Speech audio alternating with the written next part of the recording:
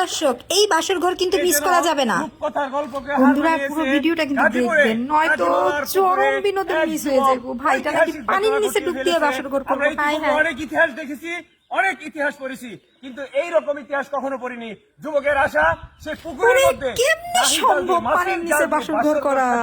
সেখানে তার স্ত্রী সহধর্মিনীকে নিয়ে সে বাসর ঘর এখানে আলোকিত করবে। প্রিয় দর্শক, এখানে হাজারো দর্শকের সমাগম, দেশ আলোড়ন সৃষ্টি। ভাই কি ইতিহাস জানি করে। আপনারা দেখতে পাচ্ছেন ধীরে ধীরে যুবক তার সহধর্মিনীকে নিয়ে, নবাগত সহধর্মিনীকে নিয়ে সেই পুকুর পাড়ে আসতেছে, এই বাসর ঘরে ঢুকবে। সেই বাসর ঘর থেকে প্রিয় দর্শক সঙ্গে থাকেন আমার, আমি আপনাদেরকে অবশ্যই তাদের কথা শোনাবো। কেন যুবকের মনে এই কৌতূহল জাগলো যে সে পুকুরের মধ্যে এই মাছের জাল দিয়ে বাসর ঘর সাজিয়ে সেখানে বাসর ঘর উদযাপন করবে। ইতিমধ্যে দেখতে পাচ্ছেন আপনারা, এই দেশকে আলোড়ন সৃষ্টি করেছে। এই দেশের মধ্যে ইতিমধ্যেই আপনাদেরকে আমি যুবক এবং যুবতীর মুখের কথা আপনাদের সামনে তুলে ধরবো। দেখবেন তা কি বলে, কেন এই পানির মধ্যে, পুকুরের মধ্যে এই বাসর ঘর সাজানো হলো। তো প্রিয় দর্শক, ইতিমধ্যে আমি জানতে পেরেছি এই যুবকের আশা হলো মানুষ রাজপ্রাসাদে নবাগত আমার জীবনের প্রথম এমন বাসর ঘর দেখতেছি। কেউ কিন্তু মিস করেন না, দেখতে থাকেন আর ওদের কথাগুলো শুনতে থাকেন।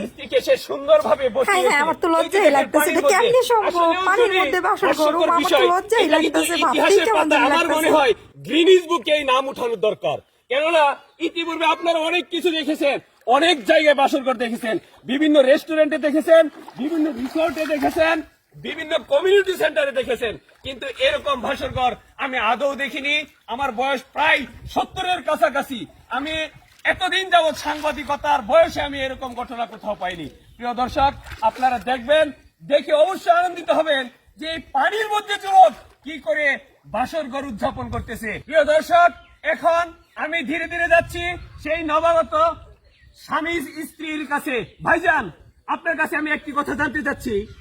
মানুষ দুনিয়ার জমিনে এসে হাই সোসাইটিতে বাসর ঘর উদযাপন করে, আপনি কেন এই মাছের জাল দিয়ে বাসর ঘর সাজিয়ে এই পানির মধ্যে বাসর ঘর উদযাপন করতে আসছেন? এটা আমার অনেক বড় স্বপ্ন, এটা ভিন্ন ভাবে করছি আমি, যেটা কখনো হয় নাই। আমি করে দেখাচ্ছি মানুষকে, এই জন্য আমার অনেক শখ ছিল, অনেক দিনের আশা এমন পূরণ। ভাইজান, আপনার নবাগত ওয়াইফের সাথে কি আমি 2 মিনিট কথা বলতে পারি?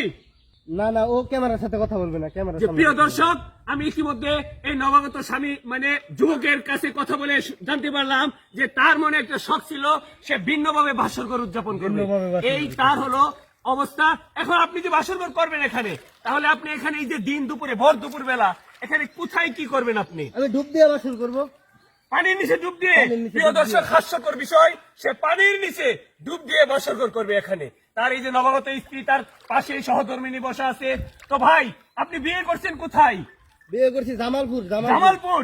আপনার শ্বশুর শাশুড়ি কি এই ঘটনা জানে? তাদেরকে বলছি না, তাদেরকে বলেন নাই? সিক্রেট ভাবে আমি করছি। সিক্রেট ভাবে আপনি করছেন? ও জানে, আবার ও জানে। আপনার মনে শখটা পূরণ করার জন্য আপনি এই ঘটনা ঘটিয়েছেন। হ্যাঁ। তো আসলে এটা আমরা এই প্রথম দেখলাম পুকুরের মধ্যে, জলের উপর যদি একটা কিছু থাকতো, নৌকা থাকতো, তাও একটা কথা ছিল, কিন্তু একদম পানি, এই পানির উপরে বাসর ঘর